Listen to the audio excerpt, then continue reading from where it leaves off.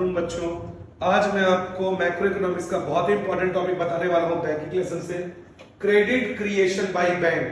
Credit creation क्या है?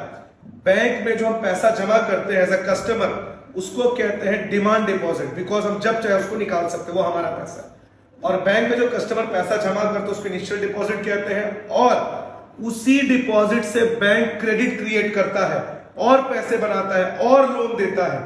और लोन से लोन देना मतलब हम जो डिपॉजिट जमा कर रहे हैं बैंक में, उसी पैसे को यूज करके as a tool, as a credit tool bank और क्रेडिट क्रिएट करता है। बैंक लोगों को कार लोन, होम लोन देता है। मतलब bank make money with our initial deposit. जो हम डिपॉजिट करते हैं उससे बैंक मनी बनाता है एंड कंटिन्यूस तब तक ये करता है जब तक हमारा इनिशियल डिपॉजिट एग्जॉस्ट खत्म नहीं हो जाता। सिंपल वर्ड्स में कहूं, बैंक पैसे कैसे कमाता है? अगर बैंक में हम पैसा जमा करते हैं, बैंक हमें कुछ इंटरेस्ट देता है, और बैंक अगर किसी कस्टमर को लोन दे रहा है, होम लोन, कार लोन, तो उस लोन के बदले बैंक को हमें कुछ इंटरेस्ट देना पड़ता है। तो बैंक जो इंटरेस्ट कस्टमर को देता है पैसे डिपॉजिट करने के लिए, उसका इंटरेस्ट कम होता है, और बैंक जो इंटरेस्ट चार्ज करता है लोन का, उसका इंटरेस्ट ज्यादा होता है। और उसी डिफरेंस को बैंक का इनकम कहते हैं, जिसको इकोनॉमिक्स में स्प्रेड कहा जाता है। Let's understand it with a small example. मान लीजिए कस्टमर है ए। कस्टमर ए ने बैंक में डिपॉजिट किया 10,000 रुपए, 10,000 रुपीज। अब बैंक ने वादा किया, प्रॉमिस किया कि हम आपको 3% इंटरेस्ट देंगे। 10,000 का 3%, 300 रुपीज। तो बैंक जब कस्टमर को वापस करेगा तो उसे कितना रिटर्न करना है? 10,300 रुपीज। अब बैंक क्या पूरे 10,000 को लोन दे देगा? नहीं। मान लीजिए 2 दिन बाद ये कस्टमर जिसने 10,000 जमा किया था, उसने बोला कि मुझे 300 रुपए या 400 रुपए चाहिए। उसने बोला मुझे 400 रुपए चाहिए। तो अगर बैंक पूरा पैसा लोन के तौर पे किसी को दे दिया तो बैंक उसको क्या देगा? इसीलिए आरबीआई ने रूल बनाया कि आरबीआई ने कहा है कि जितना भी पैसा बैंक में डिपॉजिट के तौर पे आता है, उसका कुछ हिस्सा बैंक को हमेशा अपने पास रखना पड़ेगा, ताकि जिन कस्टमर्स का बैंक में पैसा जमा है, उसमें से कुछ लोग जो पैसा लेने आए हैं, उनको बैंक पैसा दे सके। बैंक में बात अच्छे से पता है, सारे कस्टमर एक ही दिन में लोन लेने नहीं आएंगे, ठीक है? लेकिन एक मिनिमम रिजर्व बैंक को अपने पास रखना पड़ेगा, ताकि जो लोग पैसा अपना लेने आ रहे हैं, विड्रॉ करने आ रहे हैं, बैंक के पास पैसा हो उनको देने के लिए। और उस रेशियो को क्या कहते हैं? Statutory liquidity ratio, the reserve which bank has to maintain with itself.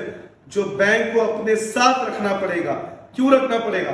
ताकि जो कस्टमर पैसा जमा किया है, मान लीजिए ये स्टैट्यूटरी लिक्विडिटी रेशियो एसएलआर 8% है। 10,000 का 8%, 800 रुपए।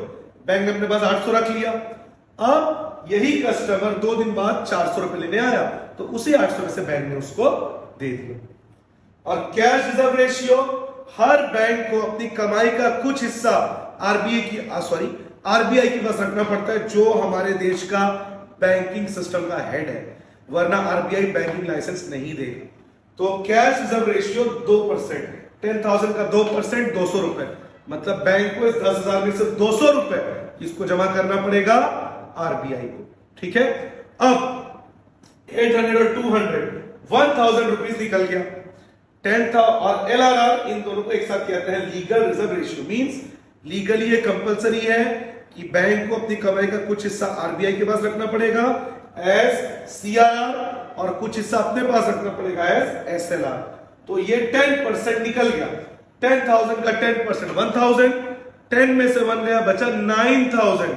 ये 9,000 बैंक ने उधार दिया एक्स, जो कि बोरोवर है। जो पैसा ए ने जमा कराया था बैंक के पास, बैंक ने उस पैसे को किसको दे दिया? ए को दे दिया, एक्स को दे दिया। और कितना दिया? 9,000। और बदले में बैंक ने बोला कि मैं आपसे लूंगा 5%। 9,000 का 5%, 450। तो बैंक ने कितना इंटरेस्ट कमाया? 450।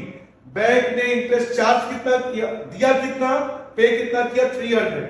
तो ये बैंक का इंटरेस्ट का अर्निंग, ये बैंक ने जो चार्ज किया था, जो बैंक ने कमाया, और बदले में बैंक को कितना देना पड़ गया, उसमें से 300।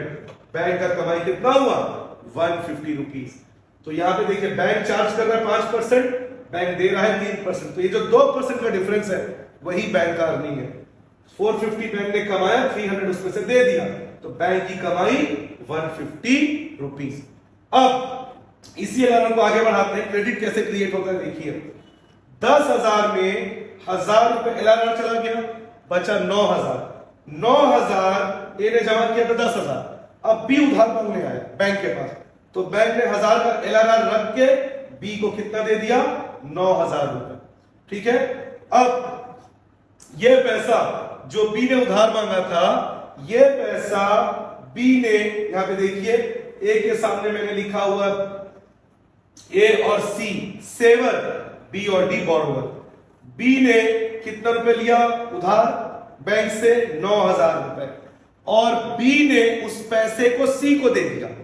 मान लीजिए बी ने सी से उधार लिया था, तो बी ने सी को अपना उधार वापस कर दिया। ठीक है, अब कितना आया सी के पास, एग्जाम्पल के तौर पे जो मैंने आपको बताया कि 10,000 में से 1000 इसको चला गया, एलआरआर में चला गया, बचा कितना 9। बैंक ने ये 9,000 किसको दिया, बी को दिया। 9,000 में से मान लीजिए बी ने सी को वो पैसा दे दिया, किसको दे दिया, सी को, क्योंकि बी ने सी से उधार लिया था। सी ने वापस वो पैसा बैंक में लाके जमा कर दिया, तभी मैंने ए और सी को इन्वेस्ट सेवर का है, मतलब ए और सी बैंक में जमा कर रहे हैं, बी और डी बैंक से उधार ले रहे हैं। तो जो पैसा सी को वापस किया गया बी के द्वारा, अब सी ने वो पैसा वापस बैंक को दे दिया, तो पैसा घूम फिर के सर्कुलेट होकर वापस बैंक के पास आ गया, और सी ने उस पैसे को जमा किया बैंक में। अब बैंक के पास कितना आ गया, 9,000। बैंक ने उसमें से एलआरआर काट दिया, 9,000 का 10% 900 रुपए, कितना बचा, 8,100 रुपए।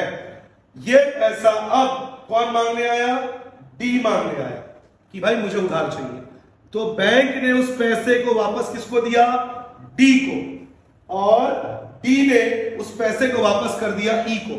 ई ने वापस उस पैसे को बैंक में डाला, 8,100 में से 810 एलआरआर कट गया, बचा कितना, 7290।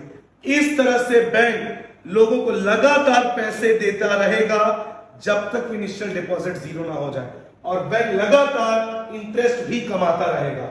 9,000 पहले 10,000, 9,000 का 5%, 8,100 का 5%, 7,290 का 5%, मतलब बैंक में पैसा एक ही बार जमा हुआ था शुरू में 10,000, और उससे बैंक लगातार क्रेडिट क्रिएट करता रहा, लोगों को लोन देता रहा, और उसमें से पैसे कमाता रहा।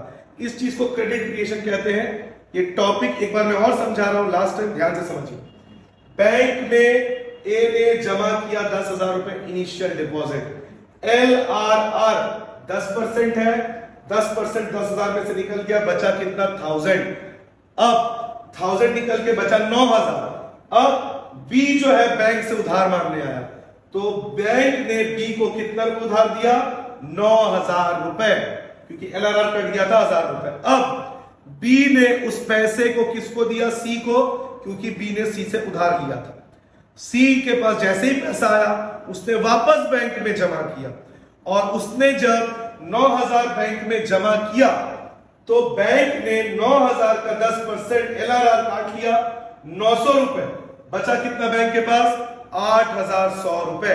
अब बैंक के पास डी उधार मांगने आया, तो बैंक ने डी को कितना दे दिया, 8,100 रुपए। ठीक है, अब डी ने उससे उधार चुका दिया ई का। अब ई के पास जब उधार का पैसा वापस आ गया, उसने वापस बैंक में कितना जमा किया, 8,100 रुपए। उसका 10% यानी 810 एलआरआर बैंक ने काट लिया, और बैंक ने फिर उसके बाद जो अगला पर्सन है उसको उधार दिया। मान लीजिए एफ आया उधार मांगने, तो बैंक ने किसको उधार दिया, एफ को, 7,290। और ये साइकिल लगातार चलता रहेगा जब तक इनिशियल डिपॉजिट 10,000 जीरो नहीं हो जाता। यानी सोचिए, उस 10,000 से बैंक पैसे पे पैसा बना रहा है, क्रेडिट से क्रेडिट क्रिएट कर रहा है, इंटरेस्ट पे इंटरेस्ट कमा रहा है। इस चीज को कहते हैं क्रेडिट क्रिएशन।